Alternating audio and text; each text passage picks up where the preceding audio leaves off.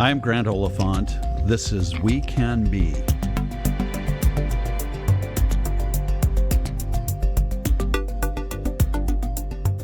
Sometimes remembering will lead to a story, which makes it forever.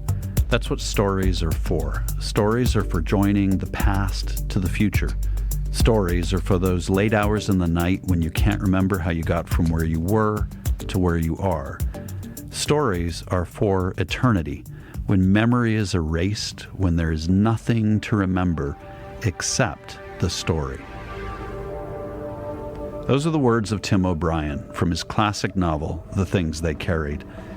Many of you know Tim from that seminal work or from others like Northern Lights, or If I Die in a Combat Zone, Box Me Up and Ship Me Home, or the National Book Award for Fiction winner, Going After Cacciato.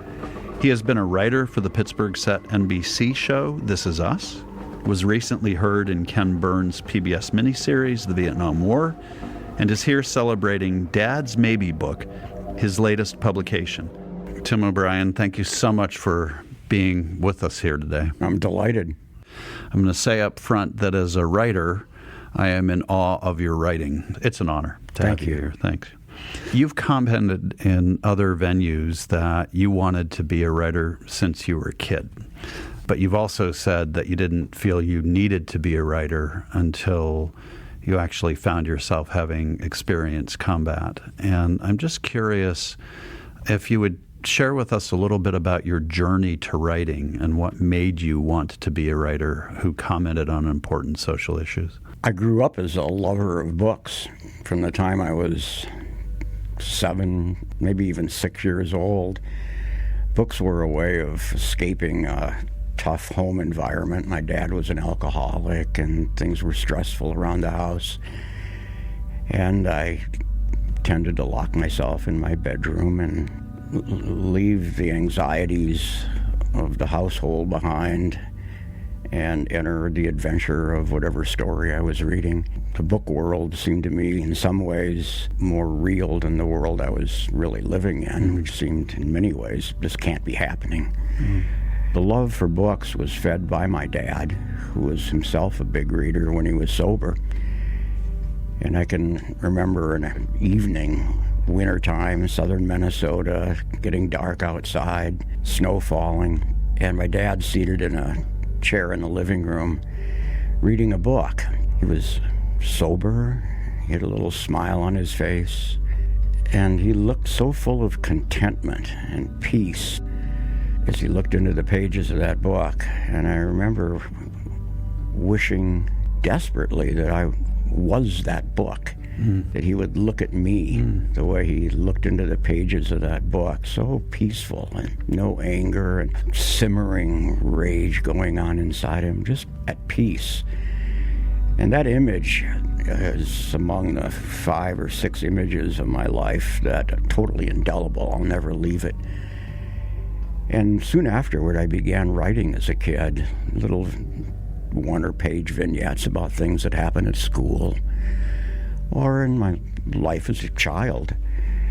I abandoned writing once I got into high school or so, and all through college where academics took over. But when my life collided with Vietnam, I felt that I not only wanted to write, but had to write. It was a way of relieving the pressure on my spirit and on my dreams. And it became a life-saving thing. I'm not sure that I would have ended up a reasonably functional man had I not had this outlet to put down the horror on paper. The image you just painted from your childhood of looking at your dad and wishing you were that book, that's an extraordinary image. I take it you were afraid of your dad. I was. I went so far as to set up an alarm system in my bedroom. A couple of little bells and some threads. If the door opened, I'd be alerted. I remember going up one night and taking all the sharp knives out of the kitchen drawers and hiding them in my bedroom. He was not a bad man. It was chemistry. Sober, he was intelligent, thoughtful, great with kids, beloved with my friends. I remember one friend saying to me, I wish I had your dad. Little did he know what was happening in that house when the alcohol took over. So I don't mean to in any way demean or badmouth my father. In some ways, he was just a great father, but he was dependent on alcohol. I remember feeling shame in a small town to be the son of a town drunk. My dad was institutionalized a couple of times, and I remember on one of those occasions having to go to Little League practice and tell my teammates that our coach, my dad, wasn't going to be there anymore. And the images of my dad, especially that image of him reading when he was sober and gentle and thoughtful, made me want to write. Did you ever show him any of the childhood writing that you did? Did you try to share that with him? I can't remember. I probably didn't, but I really don't remember. We hear so often in life that you were given a gift by somebody who also hurt you, that you were afraid of him, but he also gave you the gift of reading. I remember a day when I was maybe 11 years old. He came into my bedroom on Saturday afternoon with a big fat book. And it was complete stories of Ernest Hemingway. And he told me, I want you to read 5 of these stories. You can pick them yourself, and I want you to talk to me about them, which is what a good teacher would do. Yeah. Well, I was paralyzed because the book was so fat, and I remember skimming through it, finding the shortest possible stories. One was 1 page long. Every kid's trick, right? Right. But one of them I picked was a very short story that turned out to be so hard, I didn't get it. It was called Cat in the Rain by Ernest Hemingway. And it was essentially a couple lying in or not lying, man is lying reading a book in a hotel room in Italy. And his wife looks out the window, and it's raining, and she sees a cat out in the rain. And finally she goes down to get the cat out of the rain, and the cat's gone, and she comes back to the hotel room. And then a maid comes in with a cat. Was it the same cat? I was bewildered. I think I was just so puzzled. And I remember thinking, God, I got to talk to my dad about this. And I had no idea what to say, which is pretty much how my own kids have responded to the stories of Hemingway that I've given to them. So you've done this. I gave my older son, Timmy, who's now 16, but at the time this happened, he was 11. I gave him a story of Hemingway's called The Killers to read, and it's about a boxer who has thrown a fight. And some gambler has sent 2 thugs to kill him. The guy's on the run. And so Timmy read this story, and I said, what did you think of it? And Timmy said, well, I really wasn't thinking much about the story. Don't boxers get hit in the face? And I said, yeah. And Timmy said, and don't they hit other people in the head? And I said, yes. And Timmy said, what I was thinking about was, why would anybody want to ever be a boxer? Which has nothing to do with the story. It's kind of how I felt as a child. I was thinking about different things in the content of the book. They'd taken me elsewhere, as it does with adults as you read book. You'll read a passage even as an adult, and it will take me to someplace beyond where the author wanted to go. And in many ways, a book is like an encounter between strangers. You sort of brush up against each other. And a lot of what we take from books is taken by our personalities and our histories and so on. And an author can only control so much. And I've learned that as a writer as well. So you said you sort of gave up writing in high school, and then you go to Vietnam. How did that happen for you? It was a standard story. I was drafted almost immediately upon graduating from college. I was opposed to the war. I thought you should only kill people if you were pretty sure it was the right thing to do, and America wasn't. So I was opposed and received a draft notice, and was immediately confronted by the moral decision. What do you do with your body? Do you let it go to Vietnam? Or do you put it in jail or in Canada or Sweden? Mm-hmm. And you're 21 years old, and you're thinking those kind of thoughts. They're killing. Yeah. I love my country. I love my hometown. I love my mom and dad. I love my friends, my girlfriend. Epic choices. I mean, just so shattering, and there were no other alternatives. I wasn't a conscientious objector, so I couldn't do that. The reserves were full. The National Guard was full. It was either jail, Canada, or Vietnam. I can remember lying in bed all after getting that notice for the next 2 months, late at night, couldn't sleep, and just basically hallucinating, imagining myself running through the woods of Canada with barking dogs and searchlights and Jane Fonda chasing me along with, LBJ through the woods and the Royal Canadian Mounted Police. It was as if I were on some very powerful drug. And then I'd hallucinate about war itself. What if I take that path? And I'd imagine my legs gone and death all around me and how terrified I would be. I was the kind of person who had hated Cub Scouts. and here I am being drafted to fight a war. Right. Eventually, I didn't really decide anything. I defaulted. It's kind of this moral forfeiture. One day I got out of bed and my dad drove me to a bus station in my little hometown. Got on a bus with 2 or 3 other guys and was taken to Sioux Falls, South Dakota, where I was inducted into the Army, and from there to Fort Lewis. Kind of did a sleepwalking thing all through basic training and all through advanced infantry training, thinking this isn't real. It felt like a bad dream that somebody's going to save me, that the war will end. There were peace talks going on in Paris, and maybe they'll end this thing. So I didn't pay much attention to the things I was supposed to be learning, like how to shoot a weapon and how to disassemble it. And I thought, this won't really happen. And then one day, I got orders for Vietnam and found myself getting off an airplane in Vietnam and doing the nasty daily grinding work of what a war is.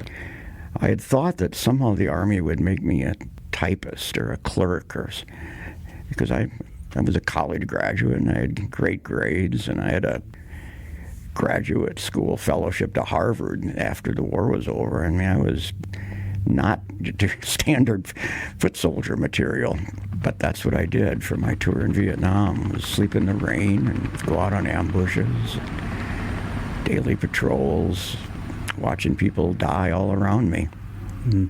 You said at one point, Vietnam made me really need to write. It was a sort of write or die feeling. Did that start in Vietnam? It did. It started not on patrol. I mean, then you just want to stay alive and not out on ambush. But there's a ritual at night in the infantry where when the day is over, we'd find high ground and we'd dig foxholes, then stare out at the dark.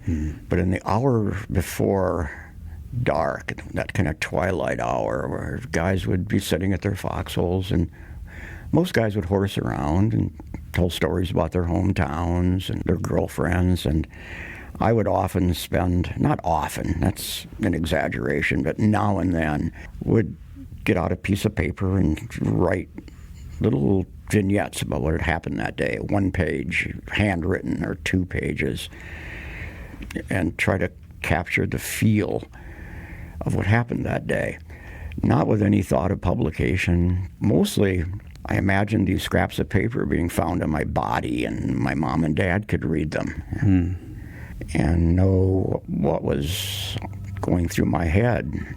The stuff was written, such as it was, 30 pages maybe maximum, during the war itself, in this twilight hour as dark was coming in and the horrible nights began.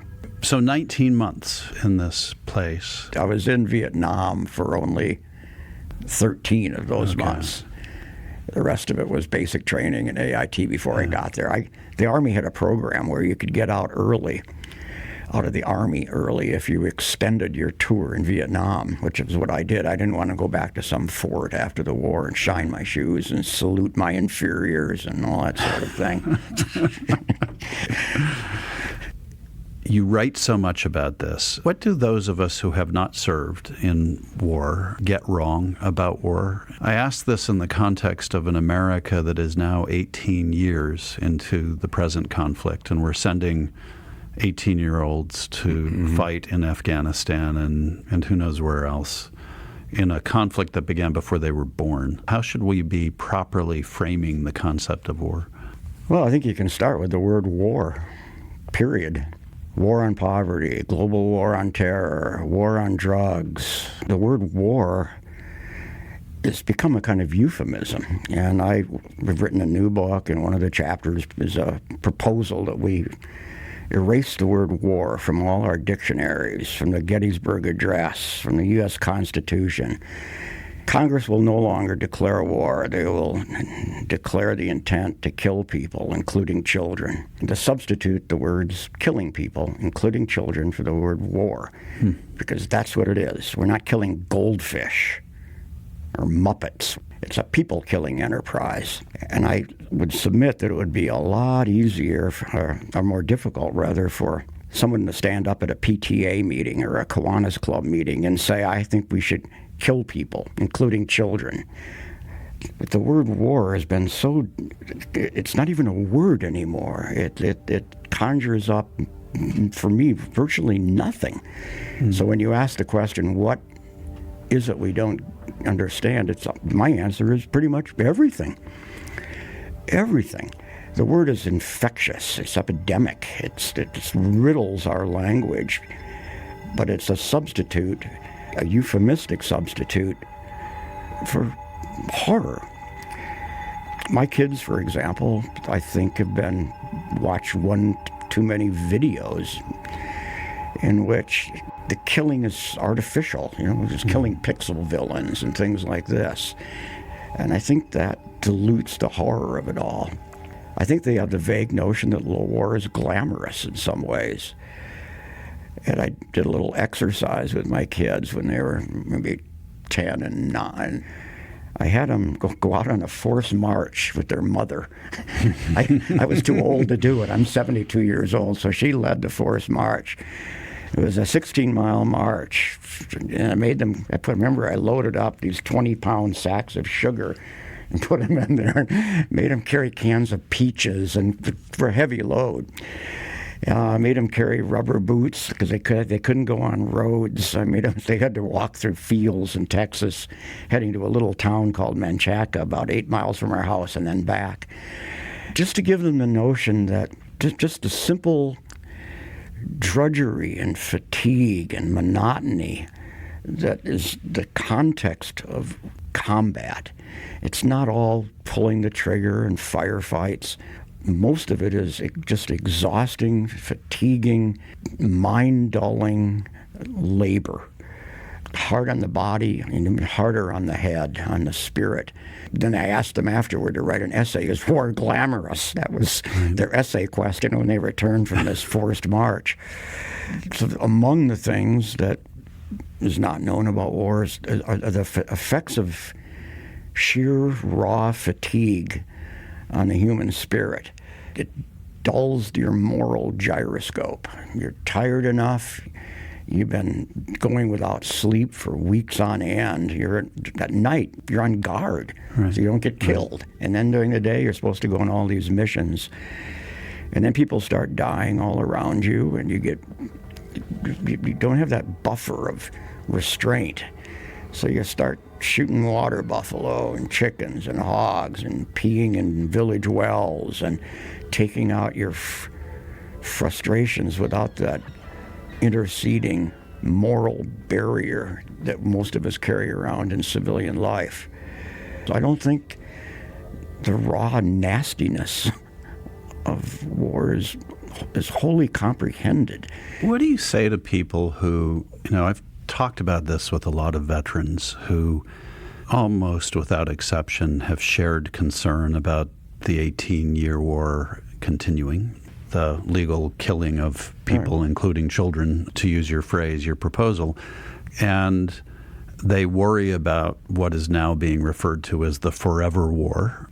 But they're almost afraid to discuss it publicly because it's seen as unpatriotic. They worry it will be seen as unpatriotic, or they worry that it will be seen as unsupportive of the troops who are over there now and having to deal with all that you just described. How can our society have an honest conversation about what's happening if we're afraid to bring it up? My answer is we can't and we don't.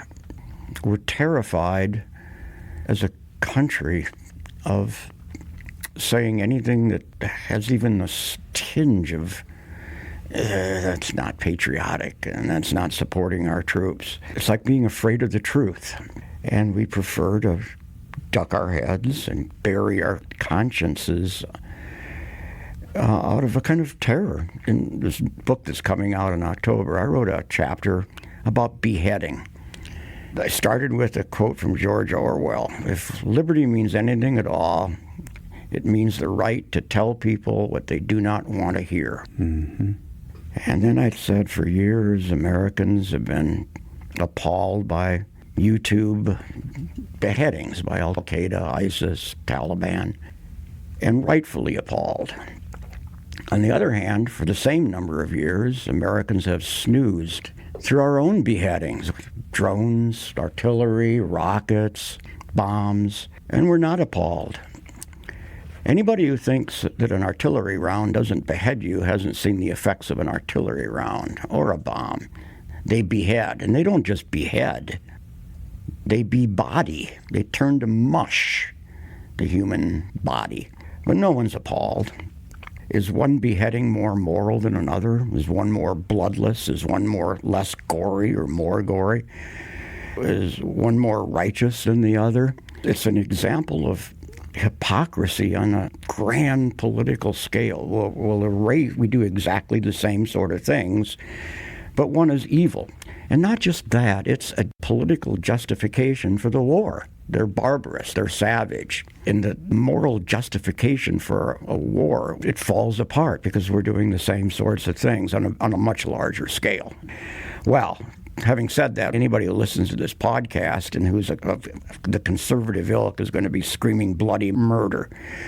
But what I've said is not false, it's true. And yet I'm going to lose with the new book. A whole bunch of readers are going to take my book when they get to that chapter and they're going to throw it out the window or into the toilet. Yeah, if liberty means anything at all, it means the right to tell people things they don't want to hear. But there are consequences to that. And I think we're afraid of the consequences. And I was afraid of them until I got old enough not to be afraid anymore. Well, thank you for your courage on that, and I love that quote. What strikes me most is that we're not living in a moment where that is the ethos of the country. We actually live in a moment where people seem to want to be told what they want to be told, and that seems to be the rule of the game. So it takes courage to do what you've done, especially, I think, on this issue. It takes old age. That's what you live long enough, you stop worrying about things like that. Well, I'm thinking about the folks who are currently engaged in combat or the veterans who have come back. There was a Washington Post interview with post 9/11 veterans recently marking the 18th year of war. And one veteran of the war in Afghanistan who was interviewed said he and his colleagues feel something is, quote, unfinished. And he added, maybe this is how Vietnam War veterans felt. Is there a level of commonality around the unfinished nature of the conflict? Around that and many, many, many other things. I feel more at home with fellow veterans of ages, say, 24 to 35 than I do with virtually anyone else whom I encounter in my life. We share so much. There is an unfinished feel, and in a way, I guess, unfinishable feel to both wars. Wars don't end when you come home. They go on in memory. But they also go on and on with your wife and your boyfriend, your girlfriend, your children, because they suffer the consequences of war as well. A father silent at the dinner table who can't talk and won't talk about it, hides it all. The casualties of wars go on till the last widow is gone and the last child or grandchild of a veteran. They echo through history.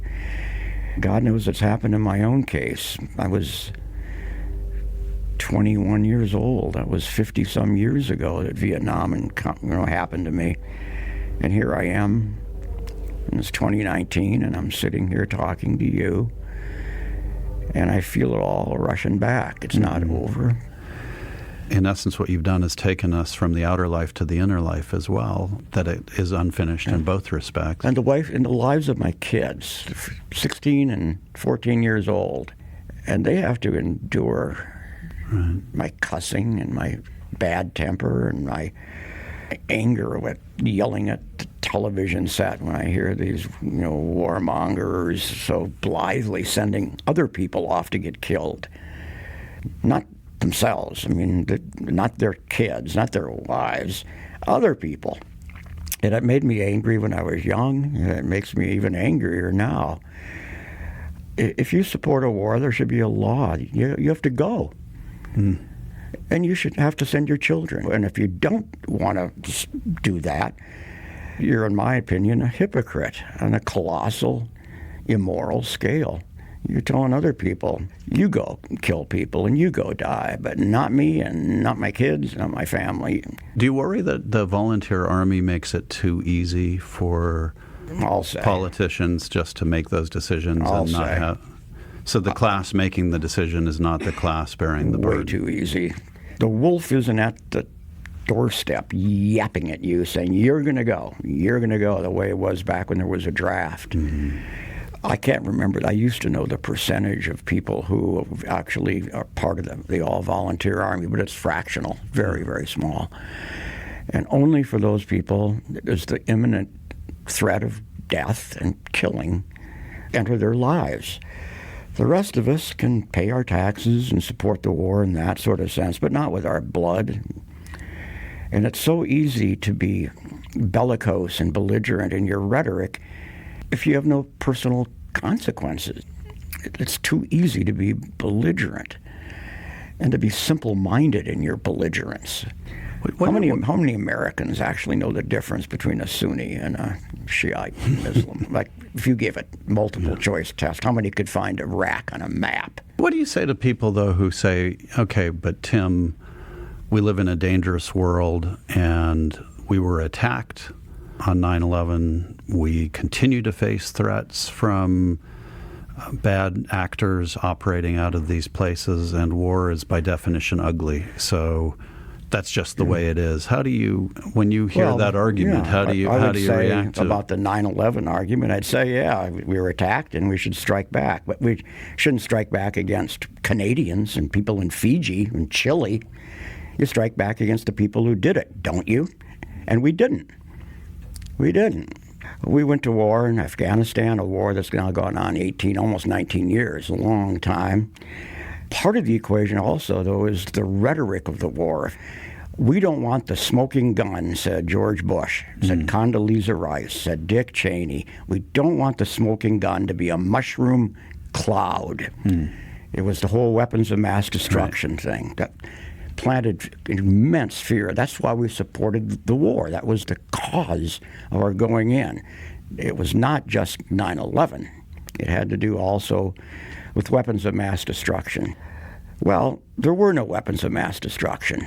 George Bush has conceded it. He says he's embarrassed by it. The cause of the war didn't happen. It didn't exist. Beyond that, the mushroom cloud rhetoric was couched in absolutist terms. Bush, Rice, and Cheney especially used the words no doubt over and over. Tenet used the word slam dunk. For sure, absolutely, no doubt that things exist that didn't exist. That kind of rhetoric is fear-mongering on the Orwellian sense. And that's my main feel, is the abandonment of reason and the abandonment of moderation and thoughtfulness and the abandonment of moral standards. That's what really terrifies me. And part of that abandonment is a kind of resignation across our country. We're just resigned. Oh, there's a war. We better say thank you to our troops when they come home, and we better not do anything to rock the boat. Look, one can ask practical questions, too. 19, 18 years, and look at the consequences. Look at all the neighborliness in the Middle East, and look at the decency in the quiet city streets. I'm being ironic, obviously. Right. That's what's been accomplished after 18 years of killing people. Has violence worked? Has the military force worked? I'm also curious about what we get wrong about veterans. What do we get wrong about veterans? We get wrong, thank you for your service. It's like receiving a Hallmark card that has been prepackaged in a few words, and you get it over and over. It's perfunctory. It feels as if someone hasn't thought about it and doesn't really even mean it, or only means it in a generic, gotta-do-it kind of way. Also, those 5 words are a substitute for thinking about what it is you really want to say. On top of that, those words are issued in such a way as the same people don't want to hear the stuff you and I have been talking about. The ugliness, what has it done to you feeling. How do you sleep at night? They don't want to look at the bodies. They don't want to look at the gore. They don't want to talk about it much. Well, again, many Americans will listen to this and say, oh, this guy hates his country. That's not true. I love my country. But that doesn't mean I love all it does, any more than I love my children. But I don't love all they do. I don't like it when they lie to me and when they misbehave, when they cheat. I don't like that, but I still love them. My love for my country is such that I feel that part of my obligation as a writer, but also as just a human being, is to carry a sense of reason and rationality and even outrage.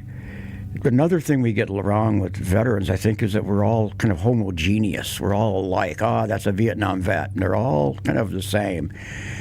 My war buddies, I'm sure, would disagree with, probably 90% of them would disagree with a lot of what I've had to say today. It doesn't fit their view of themselves. They essentially view themselves as victims of the media, of a uncaring America. I feel responsible for my own fate.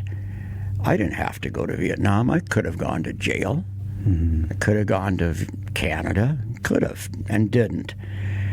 I raised my hand and joined the Army knowing that I shouldn't be doing this and opposing the war. So my sense of causation has to do with something wrong with me, a weakness of not being able to utter the word no. Couldn't do it as a young man. I still have trouble. I didn't say no to you when you asked me to be on your podcast. I wanted to say no. Now I'm glad I did it. Many people believe no is not a patriotic word. What you said about love, many people believe that the love it or leave it response is the right response, that we either have to love the country the way it is or we're not entitled to be here. And so it brooks no criticism. It brooks no saying no. It defines patriotism as complete acquiescence. How do you think about that yourself as somebody who has wrestled with these thoughts a lot? I live by a trial and error kind of, not just mentality, but kind of ethic that I find very little in the world that I can make absolute declarations about. Every time I say something that has a declarative sense to it, I think of modifications and amendments and exceptions all the time, and virtually everything. The act of being human is kind of the act of surrender to ambiguity and uncertainty and all the unknowns around us that in some cases are unknowable. The best we could do as human beings is to try to have a sense of decency mixed with a kind of humility, a willingness to open ourselves to the word maybe. Maybe we're doing the right thing in the Middle East, or maybe we're not. What I guess mostly disturbs me in the modern era is the absolutist rhetoric that I alluded to earlier, that no doubt stuff. That worries me. And we're being handed it on so many fronts still. Everybody is so confident in the slam dunk You know, so much of what you're talking about here you have wrestled with and struggled with out loud in your stories. There's a beautiful sentence that I just love in your book, The Things They Carried, and it begins, "But this too is true, stories can save us." Do you think stories can save us from some of these worst instincts that you're describing in your writing and that we're discussing here? Yes, but the emphasis is on the word can. Doesn't mean they will. It means they have the possibility of saving us. It's a response against a sort of vague, amorphous absolutism, but a story is exactly the opposite. It's specific. This man falls in love with that woman. A story has a quality of specificity where when you're lying in bed late at night reading a novel or a short story and it entrances you, you're kind of in the book. You're rooting for that character and against that one. And through the intimacy of lying in bed with a book, enduring what I endured, or my mom and dad, what they endured as their son was off at war, and what my children are enduring, there's an intimacy in it that loses abstraction, and it makes you ask questions of yourself. Would I send my child to a war? What kind of war? Would it have to be super righteous? I think the way to the human heart and to the human mind and to the human tear ducts and to the nape of the human neck is through a story. A story is aimed at the whole human being and not just the rational aspect. It's aimed at your emotions.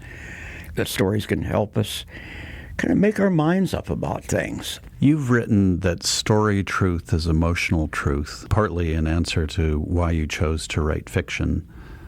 We're living in an era when even policymakers seem to operate on a level of not believing in facts anymore, where reality seems to be what people make of it. Is old-fashioned storytelling and fiction still able to pack the punch that you're describing? Well, I think it radically depends. It depends on the quality of the prose. Are the sentences well made? Does it have music? Can it touch your soul? I don't think truth or falsehood is necessarily the determining element, though. I think you enter a novel knowing that what you're about to read didn't happen necessarily. It might be based on what happened, but you expect imagination as a part of the experience. On the other hand, to modify that, you're absolutely right. There's a real world of fact out there. So far as we can apprehend fact, sometimes fact cannot be apprehended. That is, we don't know them all. History doesn't tell us. History generalizes, it selects, it compresses, but you don't get reported all the facts. So that's why The Things They Carried is written the way it is. Vietnam as an experience was a war of absolute and overwhelming ambiguity. The only certainty was how ambiguous it all was. Who's for us? Who's against us? Are we doing the right thing? Am I going to die tonight? Tomorrow night? It's all gray and swirling around you. All this ambiguity, it's like living in a great ghostly fog when you're in combat. And truth is a hard thing to grasp, even factual truth. Firefight ends, you sit around trying to you're fixing all the leaks in your eyes and trying to get yourself together, and you're talking to another guy, and he was looking that way during the firefight, north, and you were looking south, and his recollection of fact is completely incomprehensible to you. He didn't see what you saw, and vice versa. So what you apprehend in the world and what we call fact, to one guy, that's the truth and nothing but. And to me, something completely contradictory is the truth and nothing but. So we behave in the world as if we have access to some treasure of fact that I don't think we have access to, and war accentuates that. How was it to write about that for the wildly popular TV show This Is Us, which is set here in Pittsburgh? It was a joy. I mean, I was relieved of responsibility. In a novel, I'm responsible. But in co-writing 2 episodes for This Is Us, there are so many people who are involved. I had a co-writer, one case the creator of the show, a great guy named Dan Fogelman, Pittsburgh area native. It was his show. He conceived the show, the characters. But he was open to me. I think he wanted to please me, and he went out of his way to take ideas that I threw out and use them in the show. The killing of a little Vietnamese boy was based on an incident that occurred in my unit. Some guys along the South China Sea, American soldiers, went fishing with hand grenades. They got in a little boat, and they went out in the South China Sea, and they started throwing hand grenades and blowing the fish up.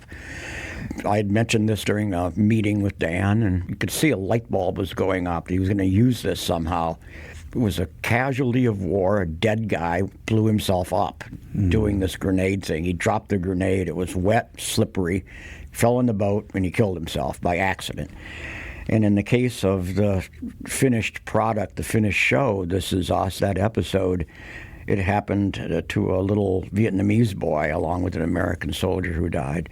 So Dan acquired a piece of my experience, transformed it to fit the needs of his show, and I thought it was shattering and really, really good. There's a sense of your a colleague is. There are many colleagues. The actors were colleagues. Other writers would chip in things. Dan would. Then the set decorator, the costume people.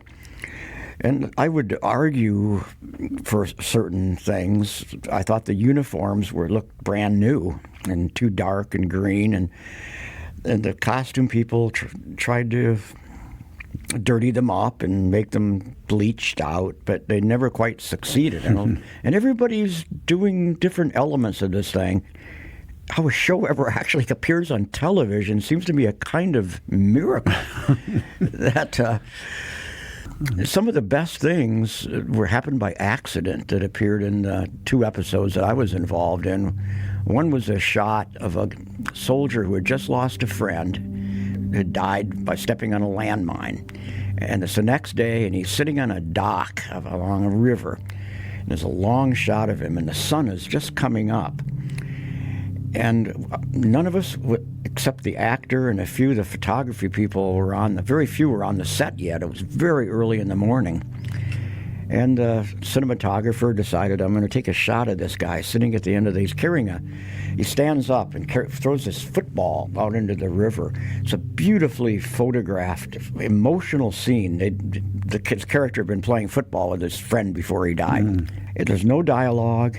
It's just a soldier grieving, throwing a football into a river, throwing his youth into the river and his love for his friend into the river.